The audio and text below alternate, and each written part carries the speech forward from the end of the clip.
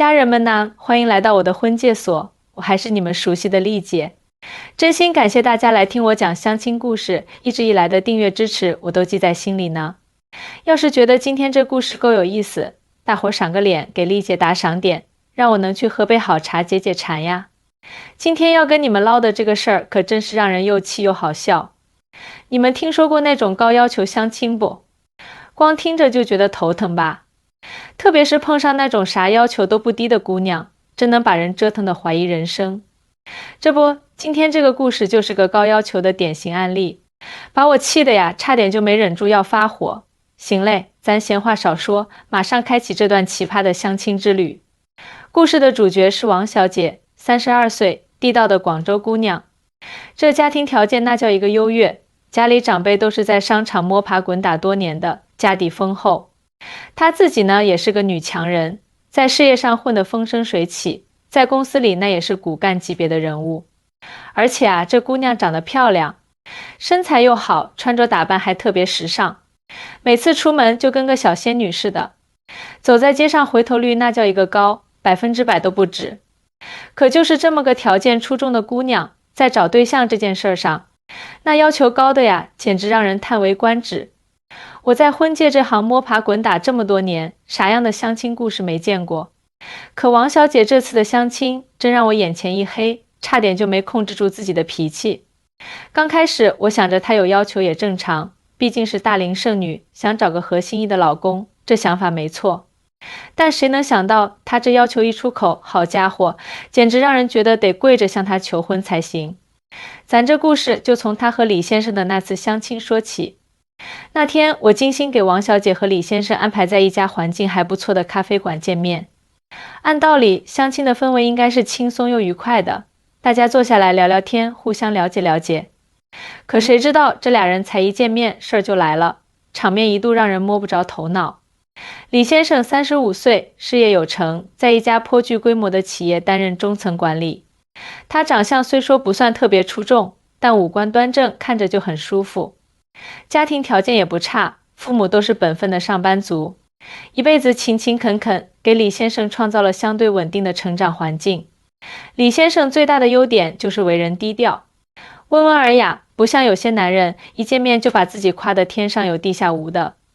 两人刚坐下，互相寒暄了几句，王小姐就开启了她的发射模式。她先是笑着问李先生：“李先生，你觉得咱俩合不合适呀？你是不是想娶我呀？”这话乍一听还挺亲切，就像两个熟人在开玩笑。可紧接着她的下一句话直接把李先生给弄懵了。王小姐接着说道：“我打算买套新房，你打算出多少钱帮我装修啊？”家人们，你们没听错，她真就这么问了。就这一句话，直接把原本还算融洽的气氛给搅得尴尬至极。我在旁边听了，都忍不住想翻白眼。李先生当时就愣住了，眼睛瞪得大大的，一脸不可思议地看着王小姐，心里肯定在想，这姑娘不会是在开玩笑吧？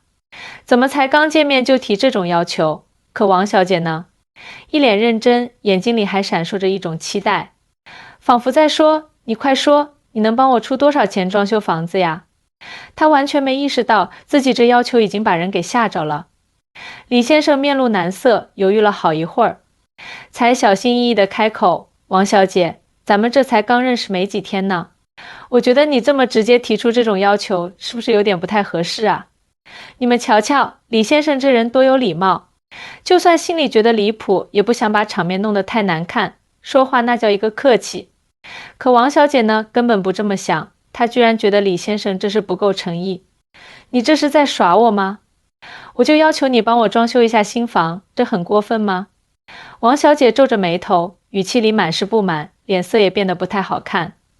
李先生听了这话，这次也不再忍耐，直接回怼道：“不是我不愿意帮忙，而是咱们才认识几天啊，你就提这样的要求，实在是让我觉得有点不太妥当。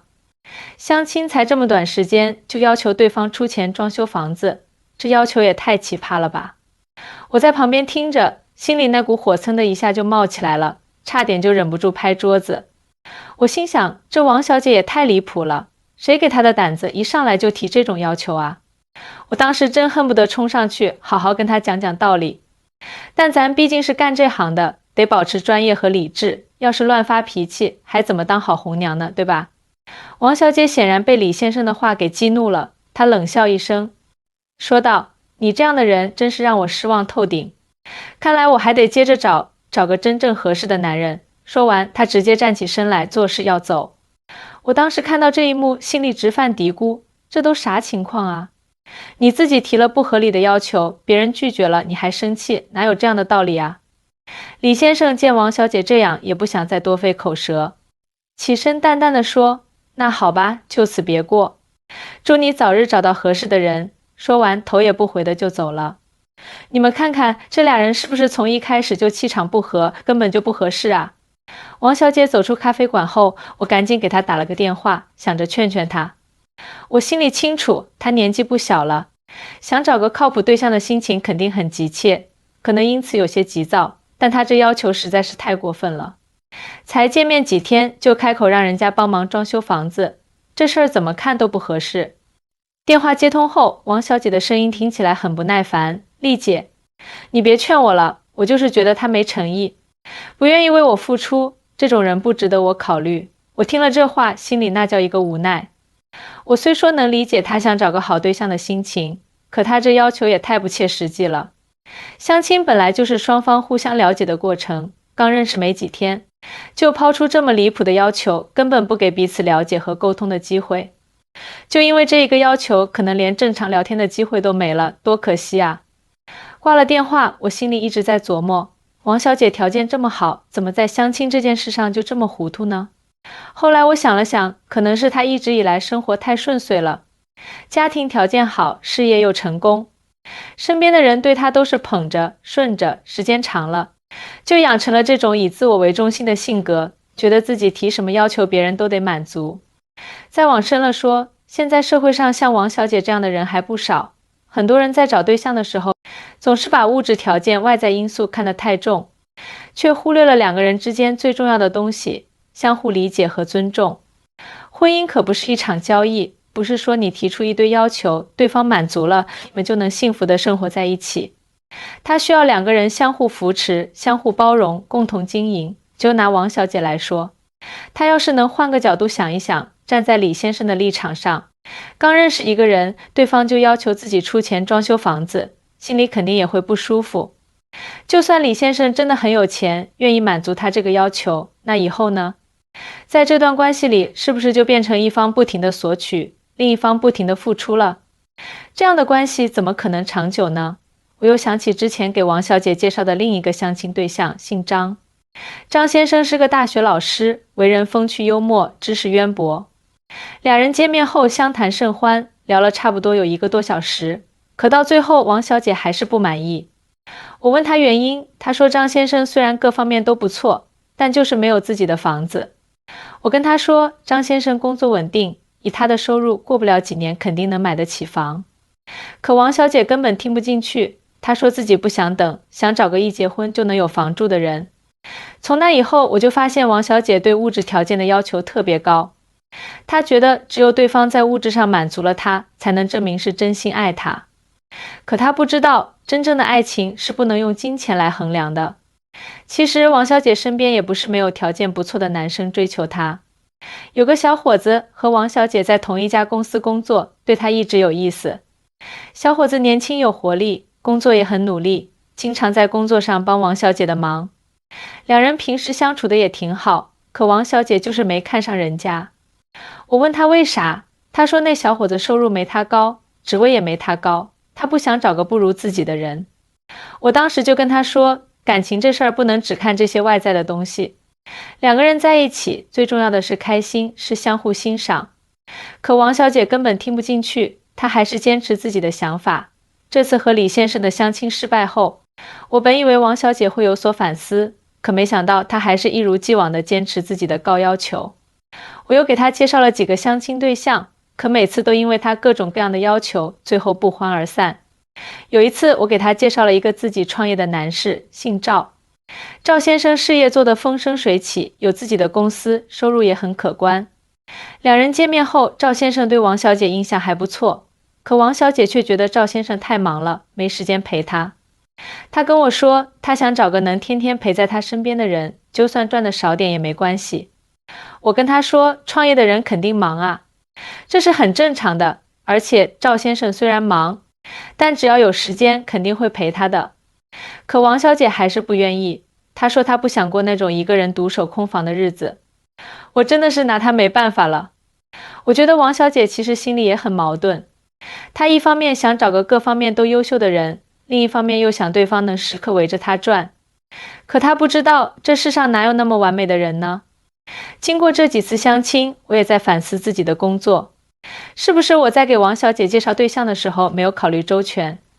是不是我没有真正了解她内心的需求？后来我找了个时间和王小姐坐下来，好好的聊了一次。我跟她说，王小姐，你看你条件这么好，身边肯定不缺追求者，但你想找个真正合适的人，就得放下一些不切实际的要求。婚姻不是儿戏，它需要两个人共同努力，相互包容。你不能总是站在自己的角度看问题，要多为对方想一想。王小姐听了我的话，沉默了很久，最后她跟我说，丽姐，我知道你是为我好，其实我也想找个合适的人好好过日子，可我就是害怕再受到伤害。我之前谈过几次恋爱，每次都是因为对方的原因分手，我付出了那么多，最后却什么都没得到。所以我现在才想找个各方面都能让我满意的人，这样我心里才有安全感。听到王小姐这么说，我心里也挺不是滋味的。我能理解她的担忧，也能体会她的害怕。但我还是跟她说，王小姐，你不能因为过去的经历就对未来失去信心。每个人都有自己的优点和缺点，你要学会去发现别人的好。而且安全感不是别人给的，是自己给自己的。你要相信自己，也要相信你未来的另一半。只要你们真心相爱，相互扶持，就一定能过得幸福。王小姐听了我的话，点了点头。我希望她这次是真的听进去了，能有所改变。家人们，今天这个故事，丽姐就是想给大家提个醒。相亲的时候，外貌、经济条件这些固然重要，但更重要的是两个人能不能相互理解、相互尊重。婚姻是一辈子的大事，不能马虎。咱们找对象，不是找一个能满足自己所有要求的人，而是找一个能和自己携手走过一生的人。好了，今天的故事就到这儿了。大伙是不是觉得这事儿特别离谱啊？要是你们也有类似的相亲经历，或者有啥想法，欢迎在评论区留言分享哦。